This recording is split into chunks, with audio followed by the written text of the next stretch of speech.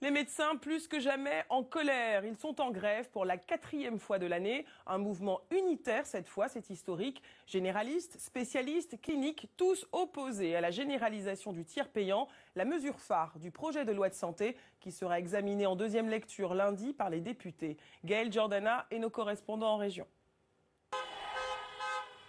Ils sont une centaine de médecins à se faire entendre. Pour ce vendredi noir, comme ils l'ont surnommé, ils ralentissent le trafic dans le centre de Lyon.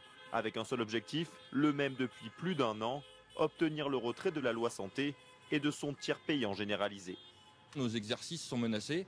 Dès lors que nos exercices sont menacés, la qualité des soins pour les patients est menacée aussi. Le tiers payant, pour l'instant, c'est clair, il est inapplicable et nous n'appliquerons pas. Des revendications parfois incomprises par les automobilistes bloqués. Je comprends pas bien leur système. Là. Pour remplir 2 papiers, ça prend pas 2 heures. Exemple avec ce médecin ORL à Bordeaux. Voilà, aujourd'hui c'est fermé, on ne reçoit personne.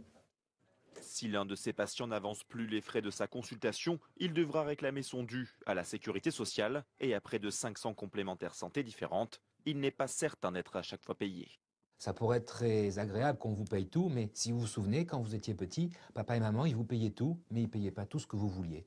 Ils payaient ce qu'ils avaient choisi. Et bien là, ça va être pareil. Papa État et maman Sécu, ils vont vous payer, mais ce qu'ils veulent. Dans cette clinique privée de Toulouse, seules les urgences gynécologiques sont assurées. Réquisitionné, Olivier Thiebaud-Georges n'est pas payé pour cette journée, mais pour lui, l'enjeu est plus important. Cette loi de santé programme une étatisation dont les patients ne vont pas profiter. Ils vont perdre leur liberté de choix, on va perdre la liberté de soins.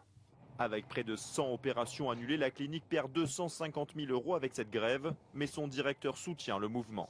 Sur notre clinique, j'ai 2 personnes à temps plein qui se préoccupent et qui s'occupent uniquement de la gestion de ce tiers payant généralisé. Et malgré cela, à la fin de l'année, j'ai quand même un dû des mutuelles qui est de 280 000 €.